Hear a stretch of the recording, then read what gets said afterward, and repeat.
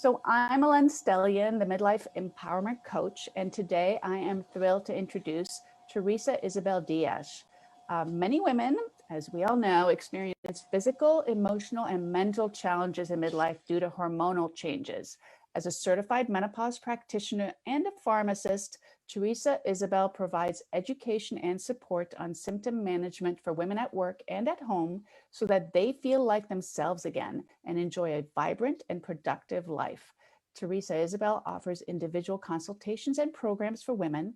Because menopause is the last menopause health taboo in the workplace, she also offers corporate health and wellness, lunch and learns, and training to raise awareness and provide education about menopause to employees, managers, and HR. So Teresa, welcome. I can't wait to hear your myth-busting tips on perimenopause.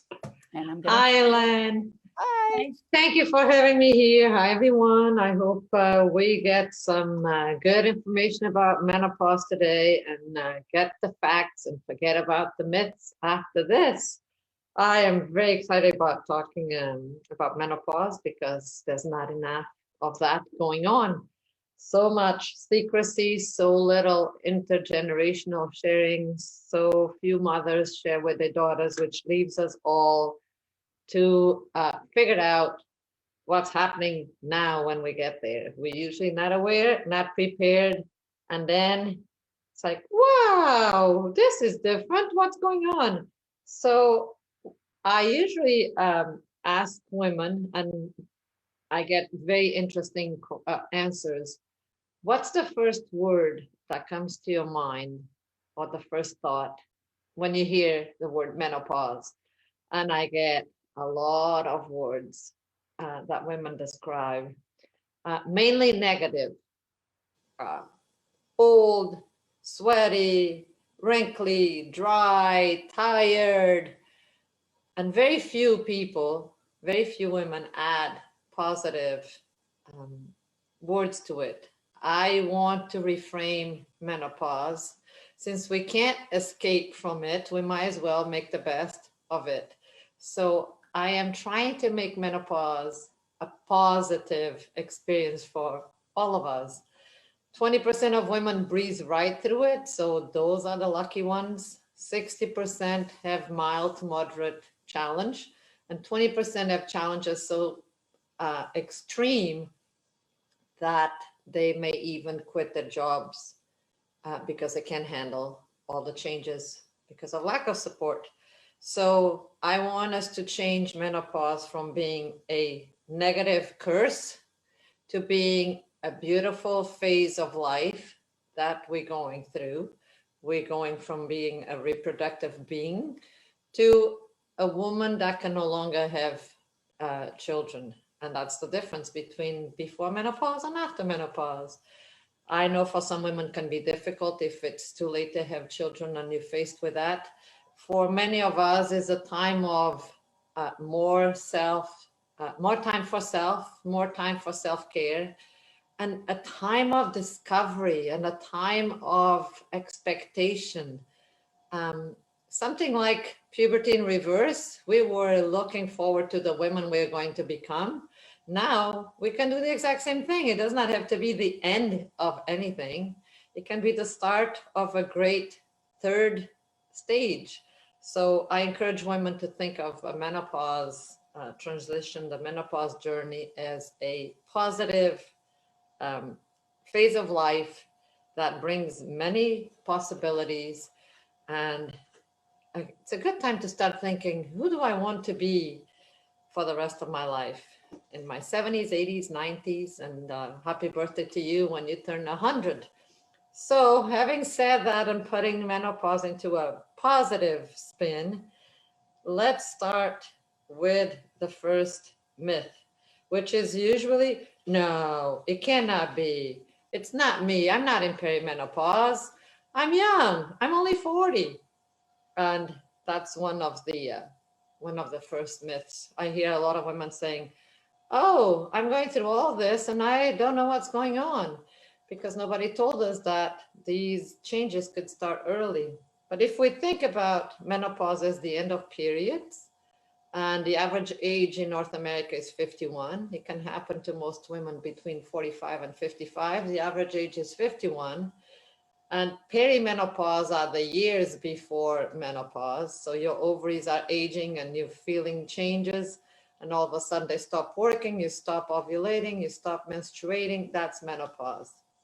So if we do some arithmetic and we figure that perimenopause can last 8 years, the average age is 51. If you do 51 minus 8, it puts you in your late 30s. So changes can start in late 30s, and you're not old at all. Most women experience perimenopause in their 40s. And again, I would not consider that old. I don't consider 50s old. And I think this is a big myth, and we should start thinking about changes that are possible much younger in life.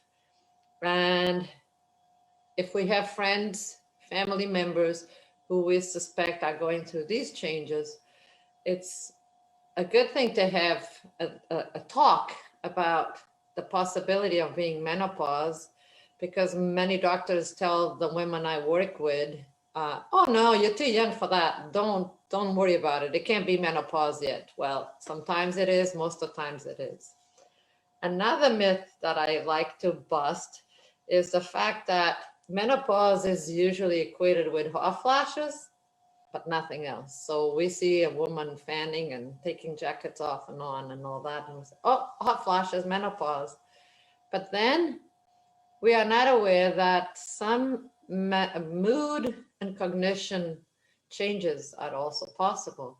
So it's very common for women in perimenopause to feel anxiety, to feel moody, extreme mood swings. In fact, I started looking on finding out more about menopause and the hormonal changes of midlife after my son asked me in my late 40s if I was bipolar, because my mood swings were affecting the family. So these things, these challenges are not usually associated with hormonal changes, but we should start looking at it as part of the journey, because estrogen goes away as we stop ovulating. So post-menopause, we don't have the main estrogen that we had before. And because estrogen is the predominant female hormone, it acts in many, many tissues and organs in the body. So when it goes away, we have to get used to living without it. Just like we got used to living with it in puberty, and we developed breasts and hips and got a bigger belly and so on. Now we have to learn to live without estrogen. So if we think that there are estrogen receptors in the brain, it makes sense that you would experience challenges like difficulty concentrating, problems with memory, mood swings, some anxiety, and it's very common for women to experience this. But what is not common is for women to associate these challenges, these changes, with hormonal changes of midlife. So that's another myth that I want to bust, because I have seen in my practice many women who've gone to the doctor and have described these challenges, and the doctors diagnose them with depression or anxiety. And 10 minutes later, they leave the office with a prescription for antidepressants, which may not be the best option for most women. So if you are diagnosed with a mental health condition, and you are in your 40s, and you may have a suspicion that hormonal changes are the root cause, do not take a prescription medication, the prescription for antidepressants, without having a second opinion. And you can find someone like me. I do all my services online, and I do discovery calls, and you can contact me anytime. But if you want to know of another clinician who's in the space of menopause and is also a certified menopause practitioner through the North American Menopause Society, you can go to their website North American Menopause Society website and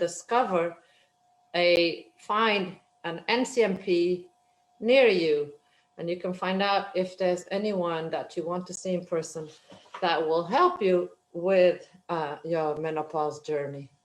So that's my second myth. I started by saying we should be aware that menopause is a thing. It can start in our 30s or 40s. Let's not be scared about what's going on. It's just part of being a woman in midlife. Then I explained to you why our change is happening, because estrogen is going away, and that's why your body changes. So being aware and educated about menopause helps to face it in a more positive light.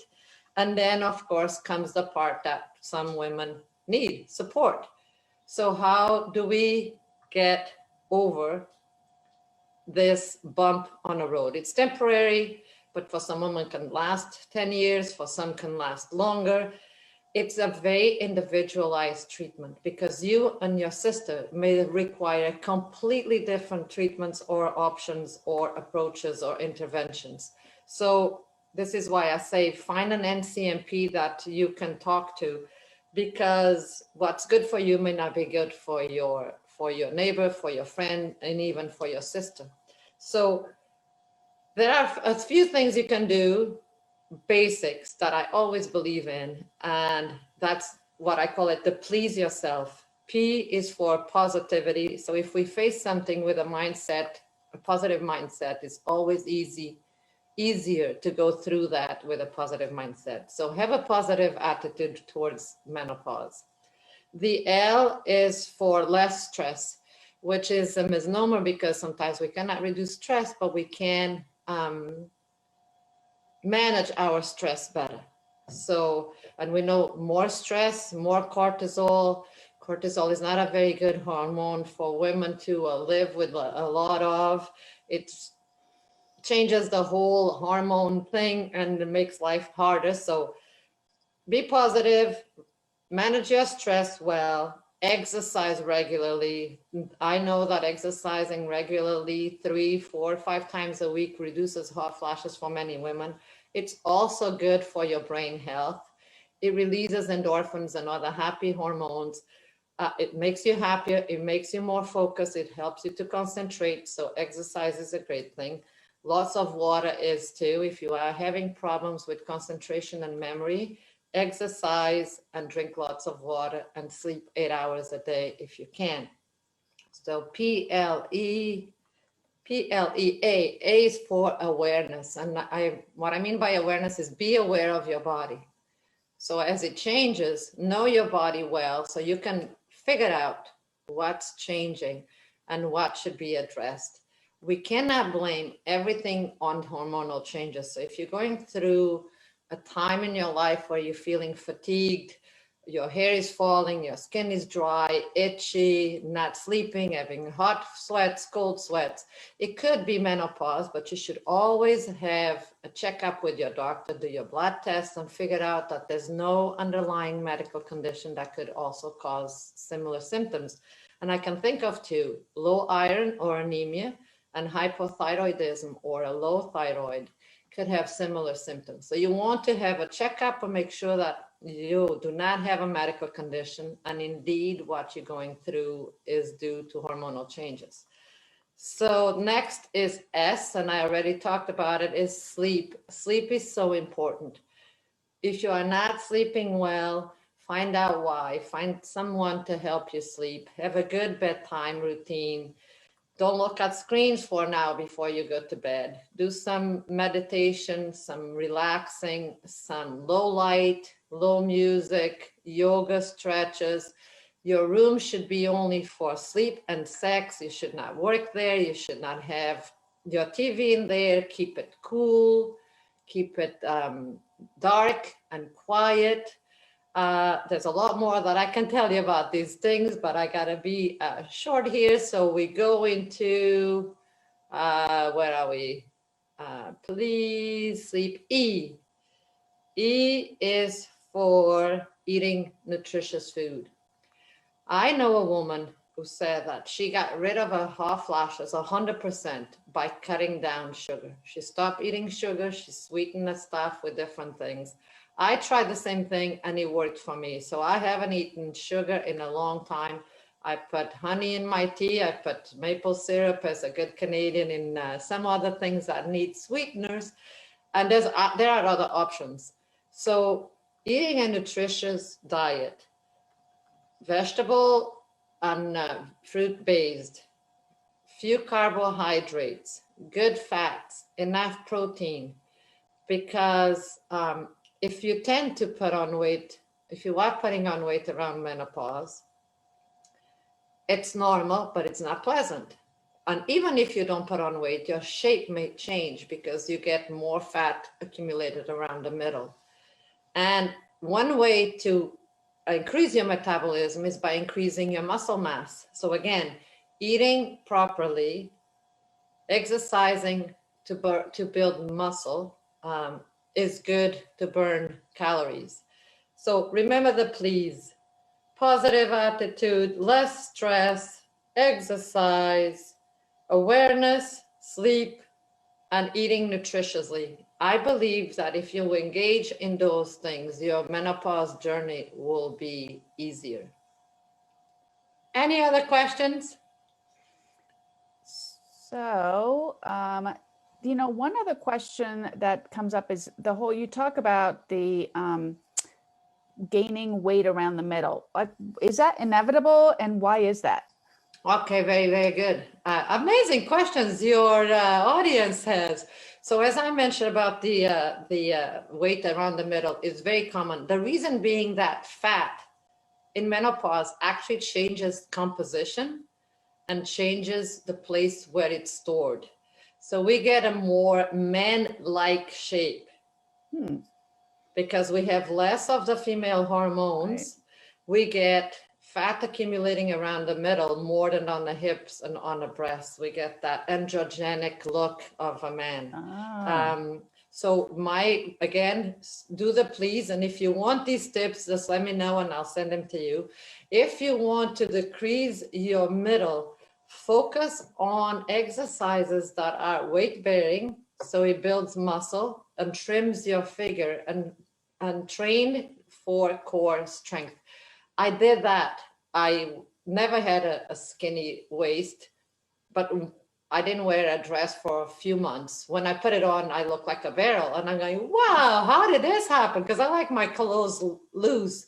But when I put that dress on, I was so upset that I did not wear the dress that night to go wherever I needed to go. And I start thinking, I heard this is possible. Women put on weight around menopause because we get fatigued. We don't go to the gym as often. We burn less calories. Muscle is going away. There's so many factors that increase the risk of the propensity to put on weight. So we have to fight all these little fights to stay within our ideal weight. And we have to be realistic because we are not 20 and 30 anymore. So keep your expectations realistic so you don't get completely upset and you give up on anything you could do. So I start thinking, I spend a couple of days thinking, how can I change my shape? I was eating a lot of bread at the time. Bread makes people's bellies distended. You always look and feel bloated. So I hired a trainer. I stopped buying anything that I didn't need that year. I didn't buy any clothes and I didn't buy any shoes for 2 years. I put the money on a trainer and I just told this guy, he was fantastic. He's gone now because of COVID. But I told this guy, I want to get rid of my middle fat and I want to get a strong back to go kayaking in Greenland. And he said, how long do you have? As long as it takes. I'm not going to expect that it's going to happen tomorrow. So we made a plan. We had 8 months from January. For 8 months, we trained. I lost the weight. And now only after 8 months, I put on that same dress. I didn't set myself too early because I knew it wouldn't change much in a month. It may not even change in 2. And if I still found myself barrel-like, I may have given up on the whole thing. So I gave myself 8 months. My dress was loose. I went out with that dress. A few days later, And I felt so much stronger, so much better. And I paddled in Greenland for 11 days after that. Wow. So Amazing. it's mindset. If you can't do it, if you can find someone to help you target your core, it's better for your back, it's better for your posture, it's better for everything. You don't need to be a gym rat, you just need to exercise smartly. And again, the more muscle you build, the more calories you burn, the less weight you like to put on. Great. And of course, I was going to say something about treatments. So I gave you the please yourself tips. Some women have the 20% that I said that are having heavy symptoms, moderate to severe symptoms. They may need therapy. And this could be another talk about hormone therapy and how many women and doctors are afraid of it.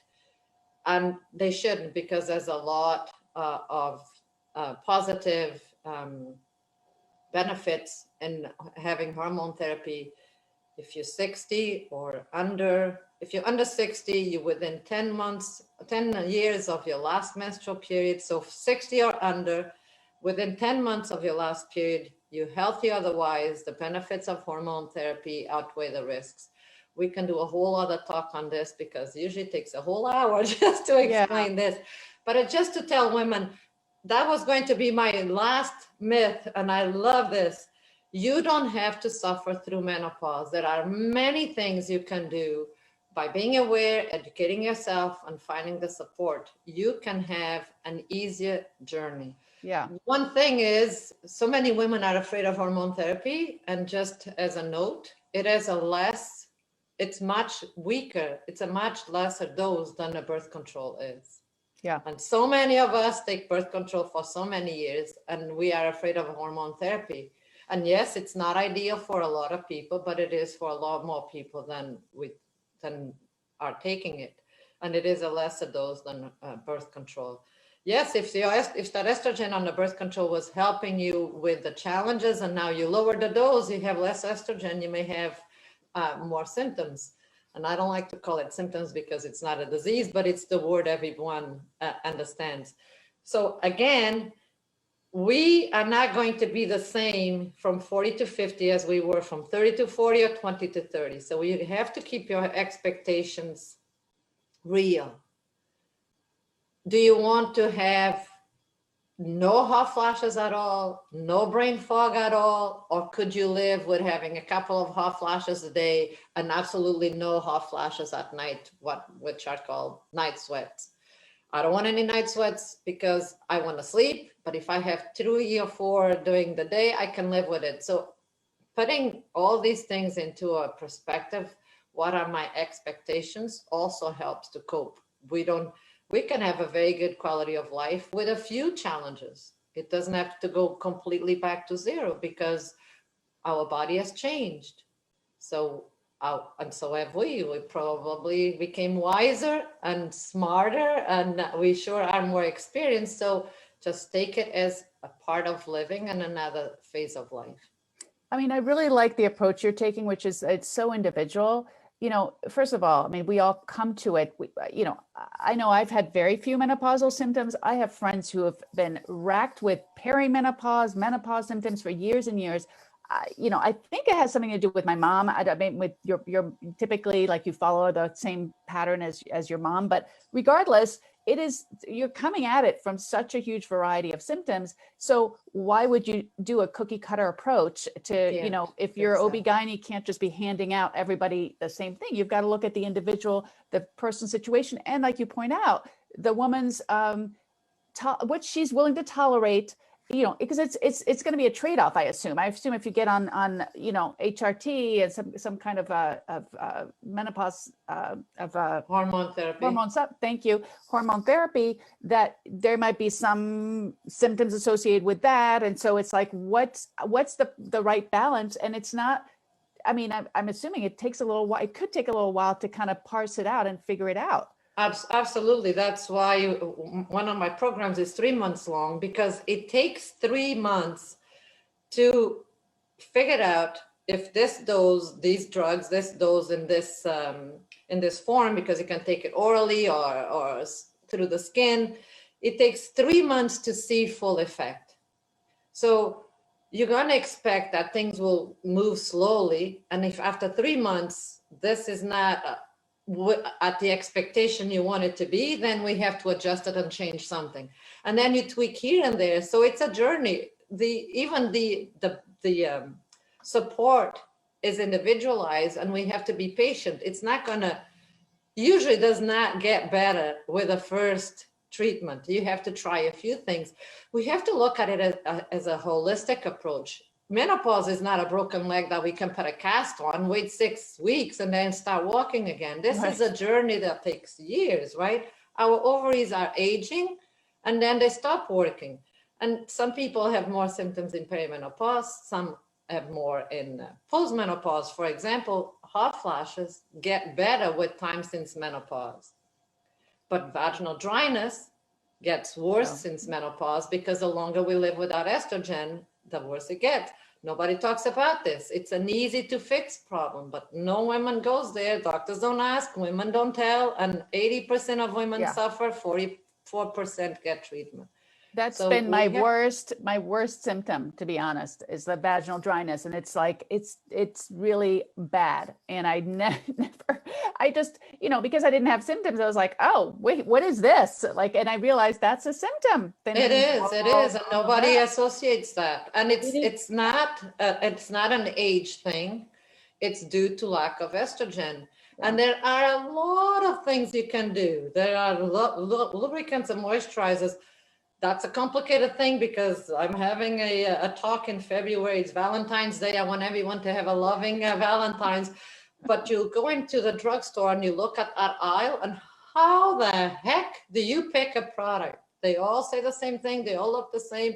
So even picking a lubricant and a moisturizer is a difficult thing. Nobody makes these things easy for women to use. It's not customer friendly. So again, education is a big thing. Awareness is a big thing.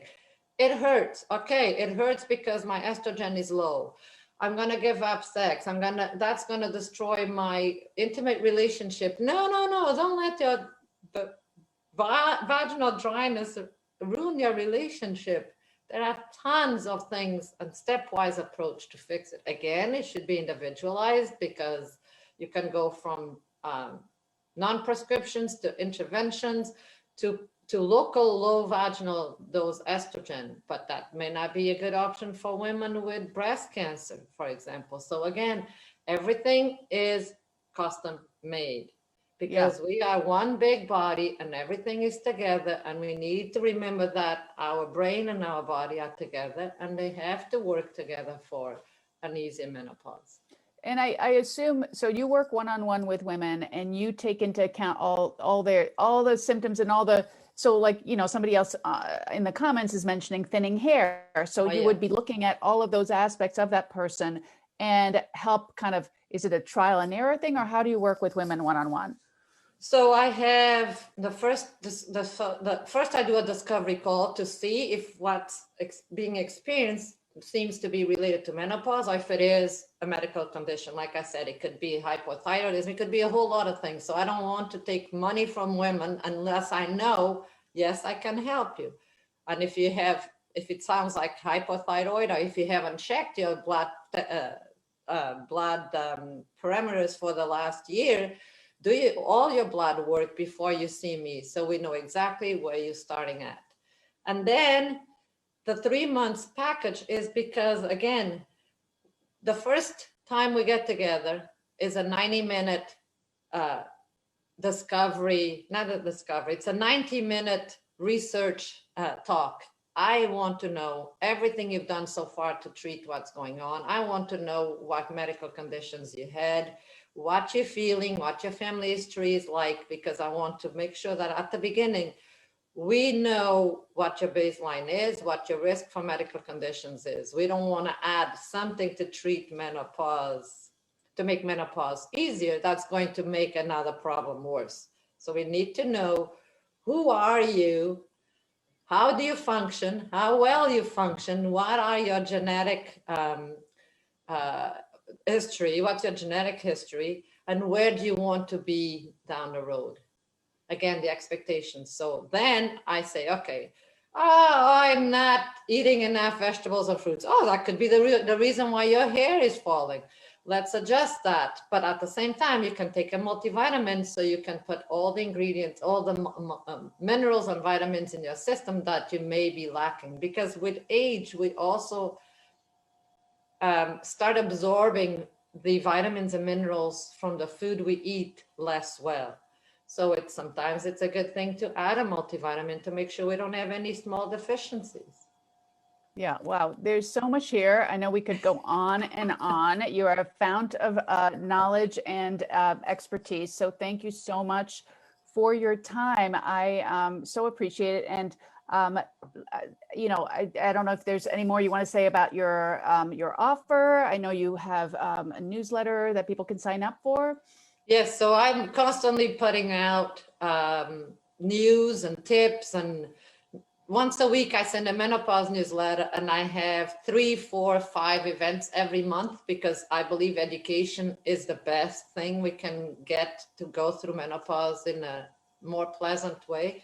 So if you go on my website, menopauseed.org, you can find on the homepage, you can actually there download the Please Yourself tips, and you subscribe to my Menopause Ed newsletter, and then you get a reminder for all my events. I have 3 events coming up in February, and one of them is just for my exclusive subscribers. I want to keep it intimate because I want to have a talk like this with all the women asking this and that and that.